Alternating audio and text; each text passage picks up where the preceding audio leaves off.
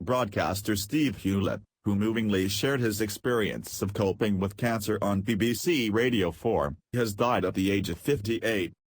The media show presenter recently revealed he married his partner Rachel earlier this month, after being told he had weeks, possibly months to live.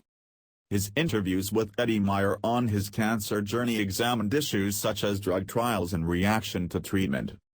He was diagnosed last March with cancer of the esophagus. Hewlett died on Monday morning while listening to Bob Dylan with his family at the Royal Marsden Hospital in West London.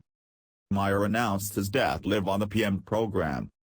In a statement, his family said, "Over the last year, we have been overwhelmed by the support of friends, colleagues and Radio 4 listeners.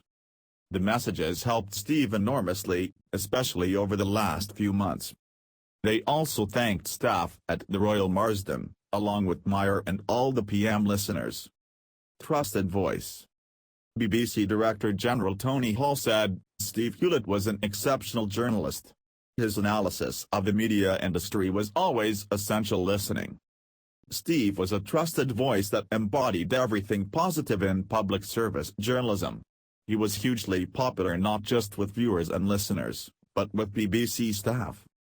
When I saw him last week, I told him how much I have admired his brave interviews with Eddie Meyer about his treatment, which he did with a candor and sense of inquiry that was typically Steve." From Nationwide in the early 80s to presenting the media show on Radio 4, Steve Hewlett had a hugely varied career in journalism. He was in charge of Panorama when it broadcast its controversial interview with Princess Diana, but in recent months the story he'd been telling had been rather more personal.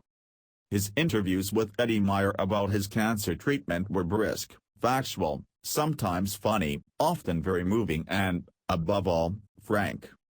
He was surprised by the response from listeners and readers of his Observer newspaper column. "The hardest part," he said, "wasn't facing up to death but telling those closest to him. He knew what they meant to him. What hurt was realizing how much he, in turn, meant to them." Hewlett had been due to have a second round of immunotherapy when his consultant told him earlier this month that his liver could not cope with any more treatment and that he might not have long to live. He said the news took a while to dawn on him, but that while he had been afraid of such news, he felt more comfortable about it having spoken to family and friends. His ex-partner and 3 sons were present as he and his partner Rachel married in a hastily arranged wedding at the Royal Marsden Hospital in Chelsea. Outstanding journalist. Hewlett explained in an interview last October why he decided to share his story, "Because I'm absolutely convinced that the more we talk about cancer, both to our families, friends and loved ones, the better it is for all concerned. Above all, it's empowering for them. Don't get me wrong, telling my boys about my diagnosis was one of the hardest things I've ever had to do. But dealing with this disease is far easier for me than it is for them. In the end, I'm sure telling them everything, good and bad, is right." Radio 4 controller Gwyneth Williams said, "Steve Hewlett will be much missed as an outstanding journalist.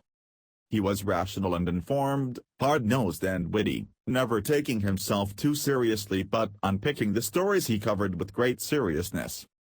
We will certainly miss his weekly presence on Radio 4, and I will miss him personally as a long-standing colleague from the days when we worked together in news.